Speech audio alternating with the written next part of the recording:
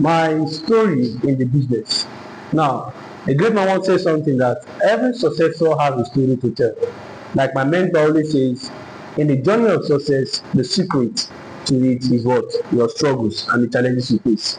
Now, joining the business has been challenging. The processes getting to this point has been facing challenges and conquering challenges. My first day in office was nothing to write home about. The gyration, the singing, the the hockey panky, and everybody in awe. To make matter worse, I was in the midst of secondary school students. I was in the 500 level in my final year in a prestigious university, the Federal University of Technology Akure, and I was made to sit with secondary school students. To make the injury more worse to me is that they are going to be my tutors.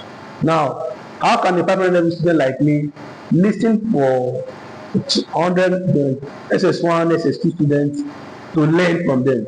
Now, what idea, what knowledge can they impact to me? That moment, I became pompous. I became proud. And I was like, I'm not coming back to do this business again. But yeah, I am again. That's the funniest thing. I'm an executive manager in the business. So if you're that kind of person saying that, oh, the gyration, the shouting, the leadership, and the rules are something which you cannot combine in, I will tell you that you're not ready for success.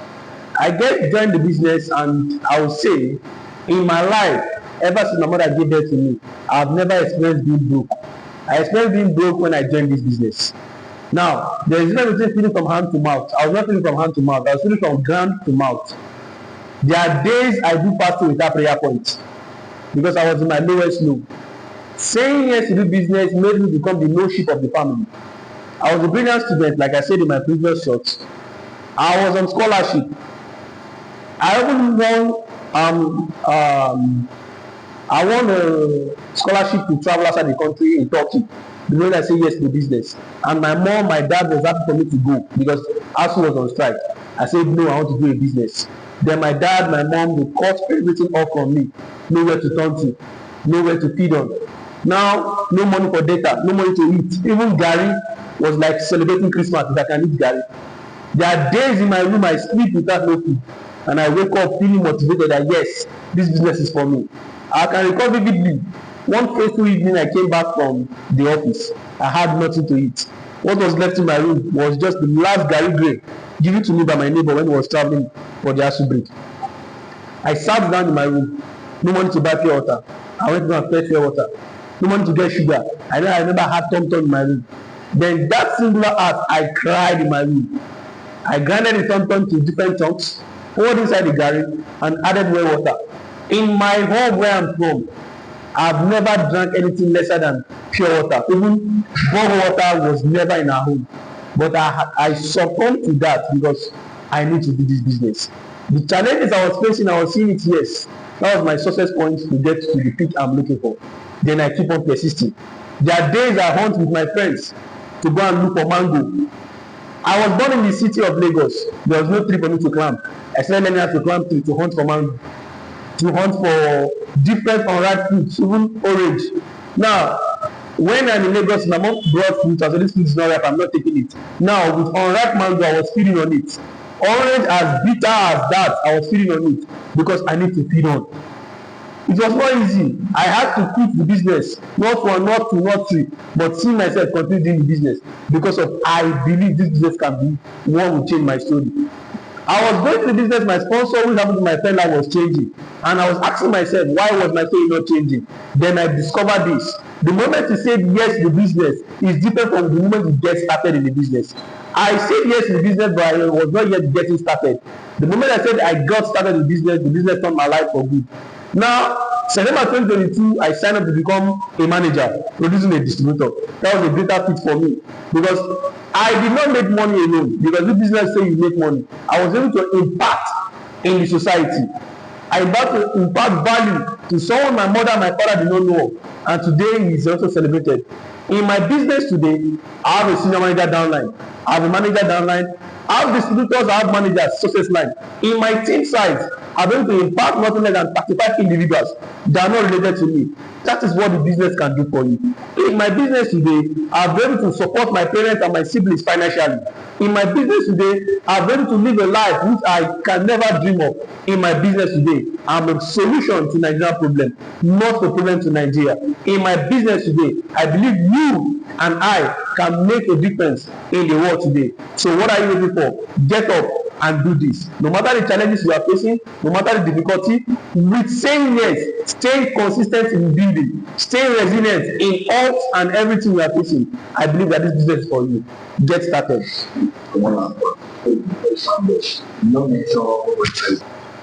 Yeah. Now, my story in the business in terms of the online aspect. I was never a tech savvy. I remember when joining the business, I told my sponsor, I'm a field man. I studied geology, NG, geophysics, BTech. So I was like, how can I do this? Now, it dawned on me that my trainers are SS1 and SS2 students. That was a big challenge. Now, how can a 500 level student sit down and a 100 level SS1 and SS2 student train him? I was being trained digital marketing skills, ranging from email marketing, landing page design, sales funnel, website design. I also taught marketing automations. Now, this was a challenge. To learn is different. Now, to monetize them, that's the problem. I remember my first big project I got on the business. I was about to go on a call with a client.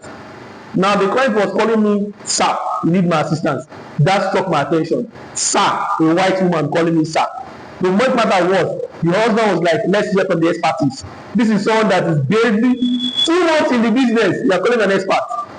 With confidence in me, the jamboree, the jargons I was saying with confidence, and with the help of looking at Google, I went to land that project, $250 for consultation. And the client paid me $200 for also further consultation. I was like, wow, earning in dollars. Now, the biggest hit I had was when I was able to convert a client for $5,250. That was my largest project ever I got on the business. That was the second project of mine. I slept with my shoes on. I remember when I told my sponsor I was done with the project. When my sponsor sent me the money to my account for upkeep, I was doing this to get to myself. The moment I received that money, it was crazy. That me myself, I can earn in dollar. It was really, really crazy. Then I remember when my sponsor said that we are going to earn actively and passively. Course of the business with the skill I've learned. I'm a well-skilled website designer. I'm able to design not less than 50 website projects for clients, and I'm able to offer marketing solutions for businesses to scale up their earnings. And I want to work with no more than 91 clients on the freelancing space, which today we are still in touch. Now, initially I thought my worth was $10, but with my qualification and experience in the tech space, my CV is very large, and I can say to any one of you, believing to earn in dollars, there is real. It's real. Giving this business a try. I earn in dollars using my skill. I earn in dollars helping people to use their skill to make money. Get started and also earn passively and actively. Thank you.